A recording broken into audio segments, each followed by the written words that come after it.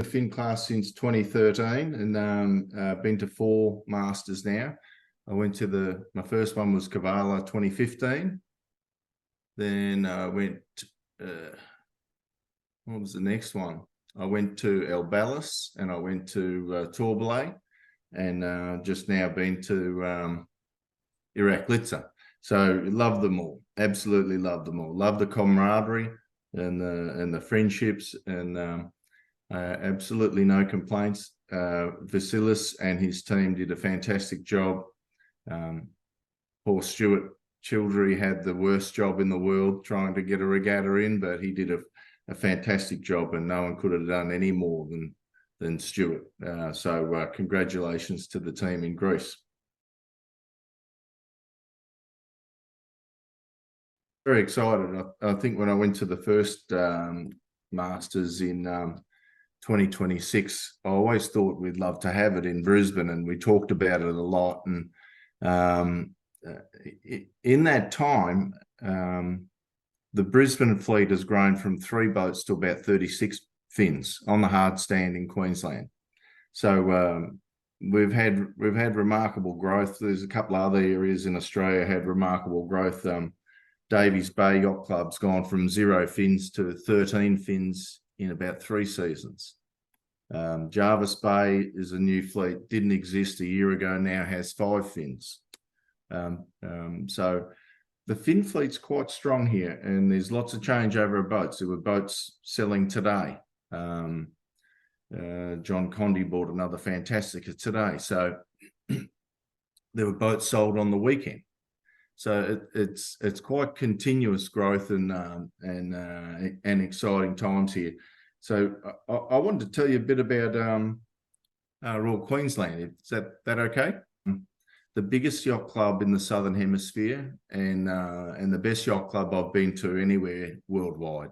The new committee that comes in July will be all fin sailors.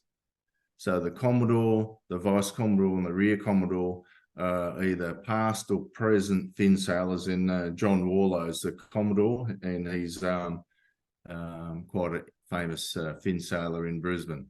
So we have 100% support from the yacht club. We have some great sponsors coming on board, including Tourism Queensland, I've got a meeting with. A lot of product suppliers like Ronstan, Gill, Sea Equipment Australia, and we've got a lovely sponsor, Yacht Share, who provide. We'll have some decent catamarans for spectating, like 50, 60-foot boats, and they do a great job for us. So the facilities at RQ, we have 4 launching ramps. We have rigging lawns for up to 400 fins. We have 3 function centres, from very small to very large. We have a restaurant. We have a cafe. This is all on site.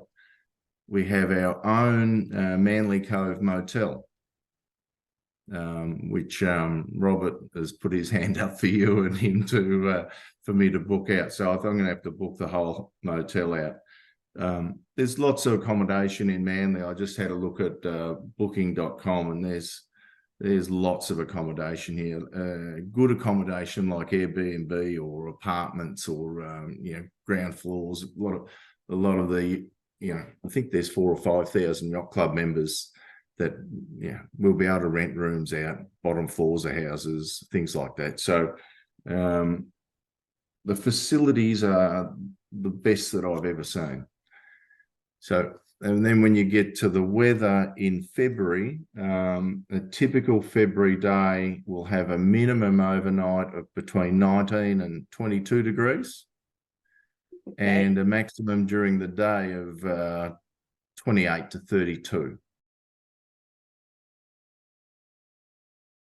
So I'm originally from Melbourne. I lived 52 years in Melbourne and the last 6 in Brisbane. Grew up at Black Rock Yacht Club. Very familiar with Brighton. So the northern end of Port Phillip Bay in Melbourne is rough and cold. and windy, you get very strong westerlies. Westerly fronts come through at 50 knots in Melbourne. You never see that in Brisbane. You very rarely see a 30-knot front in Brisbane. So I would expect the breeze to be typical day is sort of 8 to 15 knots. Exceptional day might be 18, 20 knots. We always get wind. You won't get less than 8, I wouldn't imagine. The other thing to consider with Brisbane is there is current. We'll have races where the current's pushing us over the line. We'll have races where the current's holding us back from the line. It's a little tricky to figure out which way to go. Both sides of the course can pay. Downwind can be a bit strange. Sometimes you have to go by the lee. Sometimes you have to go a little hotter. So it will test everybody. The best sailors will have a test.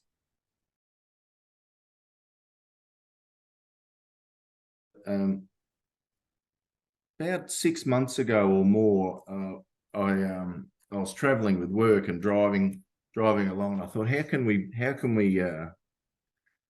we grow the young member fleet? I'm 58 and I'm not the oldest in our fleet. Our oldest in our fleet is we've got a couple in their 70s, maybe 3. So we've got an aging fleet, and I thought, how do we grow it? I'm the president. David Bull's the secretary. He's I think 72 or 73, and we want to leave a bit of legacy. So I rang Bully up and I said, what do you think about this idea? We make membership for under 23s $50.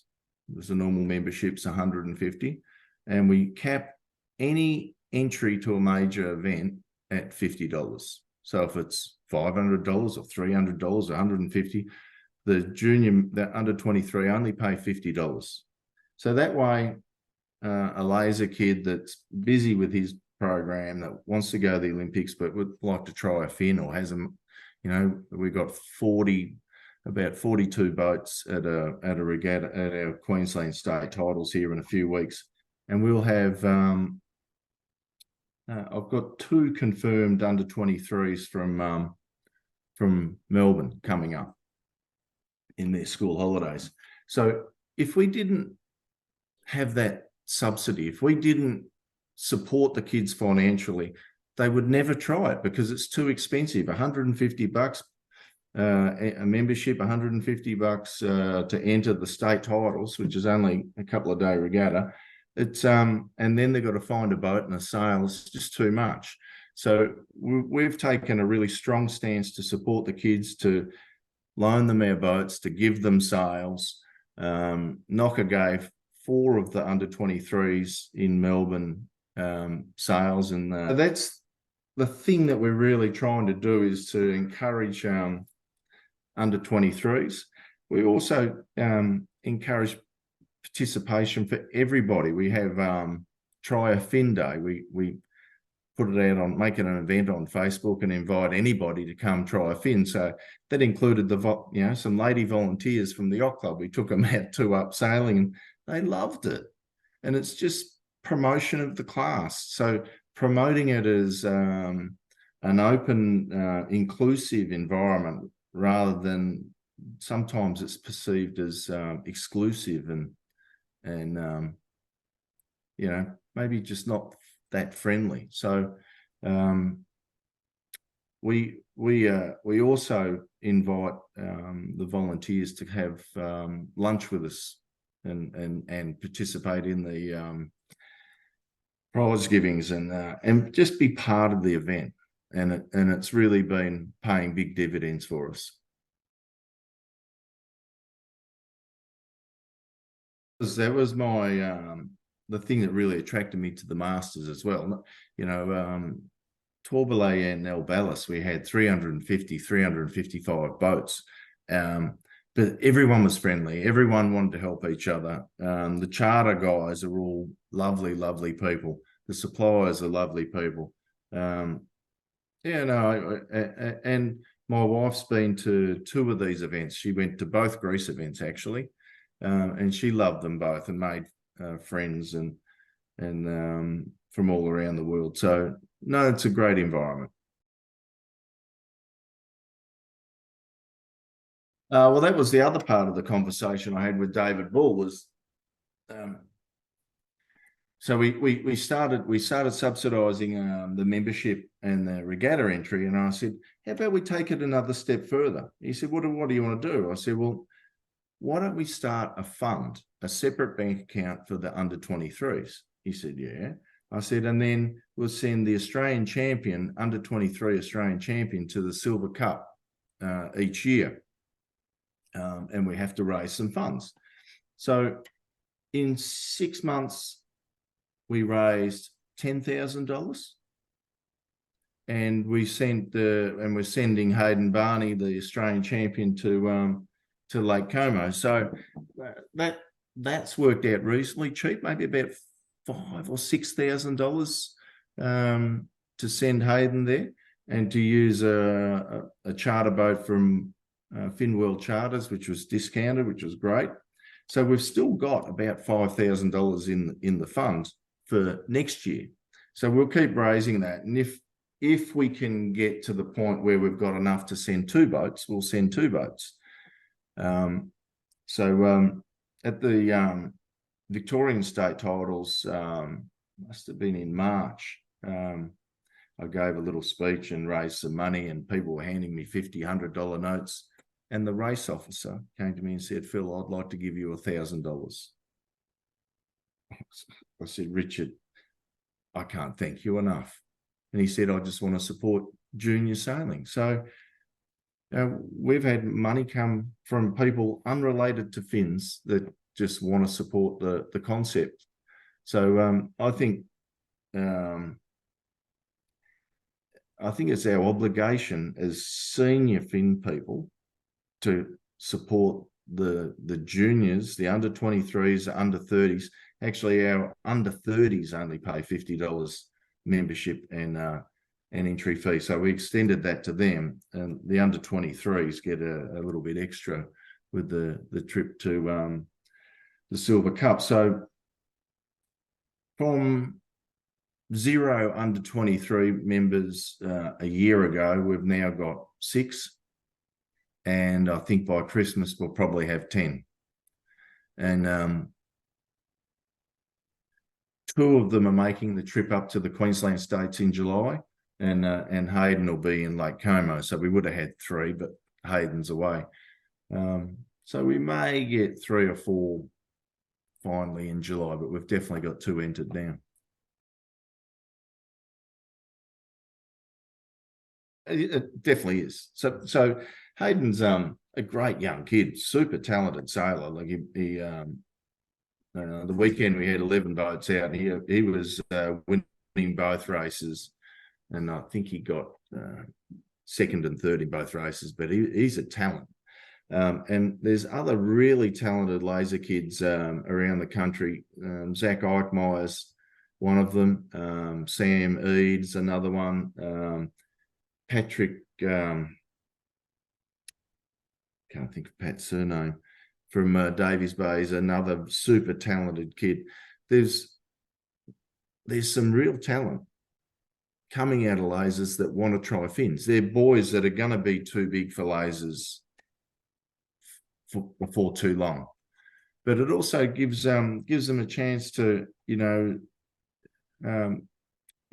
Jack Eichmeier is probably the highest ranked out of those young fellas, and he's a laser kid. So if he wins the Australian titles, he'll get to go to Europe, and then he sail the fin, and then he can go and do his laser events. So it's just sort of subsidising his Olympic campaign, and we're happy with that. And we think that he'll come back to the fin when he's ready, because he will outgrow the laser for sure.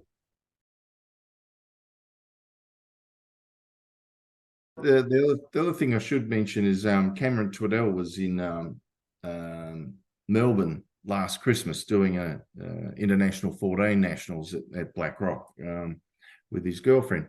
And a friend of mine rang up and said, do you think you can find a fin for Cam? He'd like to do the Nationals. So we got him a boat and he nearly won it. He was leading going into the last race, and Rob McMillan just pipped him by a point. So the point I'm making is, if someone from Europe wants to come and race in Australia, if they want to sail at Davies Bay at the Nationals, if they want to come to Brisbane and sail in Brisbane or Sydney, we'll find them a boat. We'll look after them and make them very welcome. I think Cam's actually coming back next Christmas to try and win it again. But yeah, I've also invited Philippe Silva, who was my charterer in Greece. So there's a little bit of interest from Europe here as well, which is good. So Brisbane, our Royal Queensland Yacht Squadron is only 20 minutes from the international airport. So very close, very convenient. It's 15 kilometres from the city. There's tourism attractions in every direction. You got the Sunshine Coast and the Gold Coast an hour away, north and south. You've got Stradbroke Island, which is just a magnificent, I think it's World Heritage listed, just a beautiful island with surf beaches and lots of tourism. So anybody who comes to Queensland will be spoiled for choices. There's fantastic things to do. It's a huge challenge. It's easy. I tell people it's easy to sail. Anyone can sail it. Francesca can sail it at 50, 60 kilos. I've got friends, 130 kilos that are competitive in the fin. I've got friends that are 85, 90 kilos that are competitive in the fin. And we can race in 5 knots to 30 knots and be within a minute of each other. The racing's fantastic and the challenge is fantastic. So yeah, I love the boat.